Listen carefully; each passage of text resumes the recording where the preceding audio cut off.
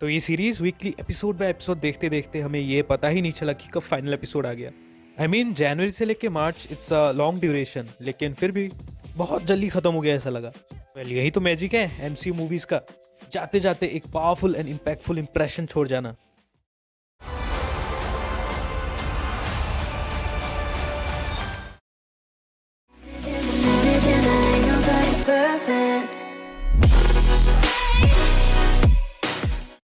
Hey guys, welcome back to HCP।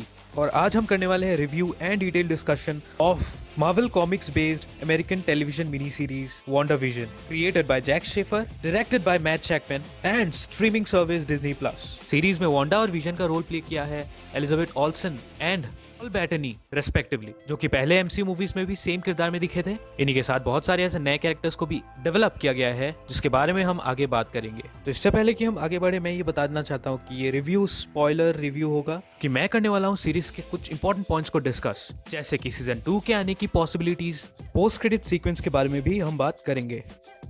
तो फिर बने रहना आखिर तक, ठीक है ना। और वो उस वीडियो को लाइक शेयर सब्सक्राइब जरूर करना। हाँ, वो बेल आइकन भी दबा देना नोटिफिकेशंस के लिए।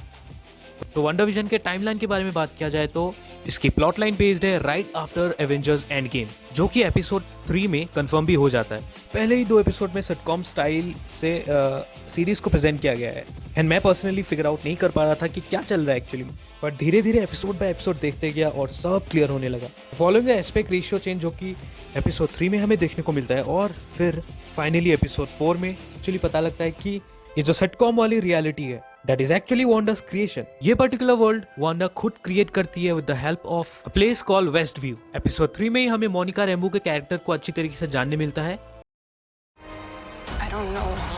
मोनिका रैम्बो है मारिया रैम्बो की बेटी। You'll remember these characters from Captain Marvel because Maria Rambo captain Marvel की दोस्त रहती है, and she is the founder of the organization SWORD. But later on cancer के कारण उनकी हालत बहुत ही खराब हो जाता है, और इस सीरीज के एपिसोड 3 में हमें पता लगता है कि मोनिका रैम्बो वापस आती है एंड गेम के बाद। उसे पता लगता है कि her mother couldn't survive and she died। और फिर जैसे ही कहानी आगे बढ़ते जाती है, she plays a very important role in the series। तो देखो, हमें ये तो पता लग जाता है कि वांडा के ही क्रिएशंस है, लेकिन वो ऐसा क्यों कर रही है, इसके पीछे के रीजंस क्या है, कोई और इन्वॉल्व्ड है, यही सब जानने के लिए हम उत्सुक रहते हैं। बट देन पिएत्रो वापस आता है।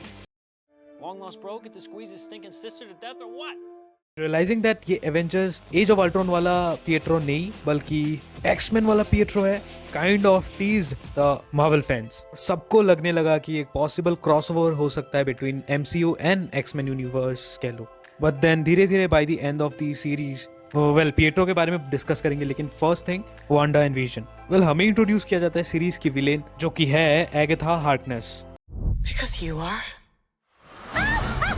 who is actually a witch but resides in Wanda's world as a nosy neighbor। हमें ये मालूम चलता है कि she desires for Wanda's powers, और वो जानना चाहती है कि वांडा ने ये वर्ल्ड कैसे क्रिएट किया। और तब हमें मालूम चलता है कि जो पिएत्रो है is nothing but a bait, जो कि एगाथा ने वांडा के लिए प्लेस किया था ताकि उससे कोई इंफॉर्मेशन एक्वायर कर सके। इस चीज से लिटरली फैंस बहुत डिसअपॉइंट हुए, क्योंकि एक्सपेक्टेशंस भी थी कि एक्समैन यूनिवर्स को भी इंट्रोड्यूस किया जाएगा। कोई ना। तो फाइनली लास्ट कुछ एपिसोड्स में ये रिवील हो जाता है वांडा ने ऐसा क्यों किया था। She was suffering from pen, affliction. आखिर she lost people who were very close to them, first parents and then brother and then vision. तो उसी पेन के चलते जाने अनजाने में she creates this world on this place called waste view. यहाँ probably vision ने प्रॉपर्टी खरीद के रखा था, which is evident in that particular map that Wanda holds. So they were planning to live a happy life there. This is our home now. I want us to fit in. So this breaks her so bad कि वो एक खुद का ही world create कर लेती है। And by the end of the series, we see Agatha fighting for Wanda's power. Vision fights with the White Vision. So talking about White Vision is a synthezoid जो कि SWORD ने create किया with the help of the remains of Vision, जो कि हमने उनके facility में देखा था। और उन दोनों के फाइट के दौरान ही हमने ये फिगर आउट भी किया कि this particular White Vision is directed to destroy Vision। और फिर होती है एक बहुत ही important conversation between the vision and the white vision. Vision ये समझाता है उससे कि वो रियल नहीं है and he is just pieces of memory.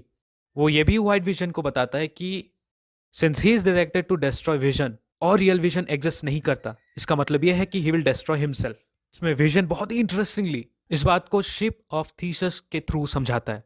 Ship of thesis एक थॉट एक्सपेरिमेंट है जो कि एक क्वेश्चन रेज करता है कि अगर कोई एक ऑब्जेक्ट के सारे पार्ट्स या रिमेन्स को रिप्लेस किया जाए तो क्या वो ऑब्जेक्ट सेम ऑब्जेक्ट रहेगा। और फिर विजन हेल्प करता है वाइट विजन को to find true self of Vision and memories related to Vision. इसलिए हम देखते हैं कि वो फ्लैशेस आता है बीच में ऑफ विजन्स लाइफ। एंड आखिर में ये सवाल कि भाई white vision I am vision कहकर कहाँ टेक ऑफ कर गया। एक्चुअली इस सवाल का जवाब अभी तक कहीं कंफर्म नहीं किया गया है, बट ये श्योर है कि ही विल रीअपियर। अब एमसीयू के कौन से स्टोरी लाइन के साथ इसको जोड़ी जाएगी ये तो श्योर नहीं हूँ, but yes he will reappear. तो भैया अब बात करते हैं वांडा के पावर के बारे में, जो कि फिनाले एपिसोड में एगाथा के एक डायलॉग के थ्रू एक्सप्लेन किया गया है। And this dialogue has created a lot of buzz among the Marvel fans. तो एगाथा अपने डायलॉग में ये बोलती है कि your power exceeds that of Sorcerer Supreme and that it's your destiny to destroy the world. तो इसमें Sorcerer Supreme of course Doctor Strange को मेंशन किया गया है। तो when it comes to sorcery and power,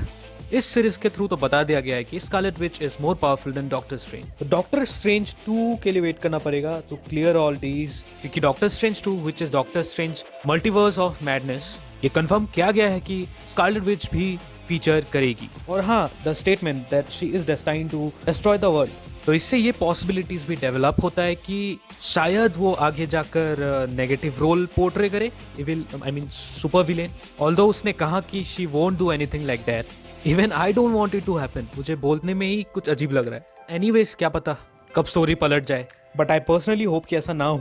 okay, तो बात करते हैं पोस्ट क्रेडिट सीक्वेंस के बारे में।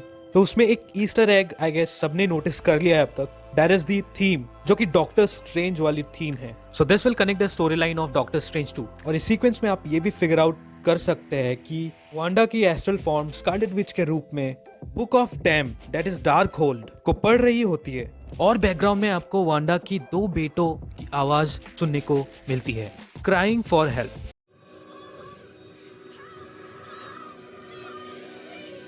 तो मुझे पर्सनली ये लगता है कि शायद वांडा के परिवार किसी और एक डायमेंशन में फंसे हो, and maybe she is trying to find ways to open the doors of that particular dimension. Maybe well, वो तो हमें आगे डॉक्टर स्ट्रेंज 2 में देखने को मिल ही जाएगा, तो लेट्स वेट फॉर इट। और रही बात सीजन 2 की, तो according to Marvel Studios president Kevin Feige, तो उन्होंने कहा कि कोई एक डेफिनेट येस और नो नहीं बोल सकते वो।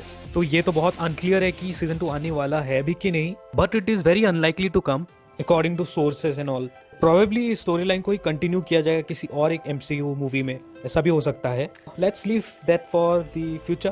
तो फिर आई होप कि ये वीडियो आपको पसंद आया हो। It was really a great experience.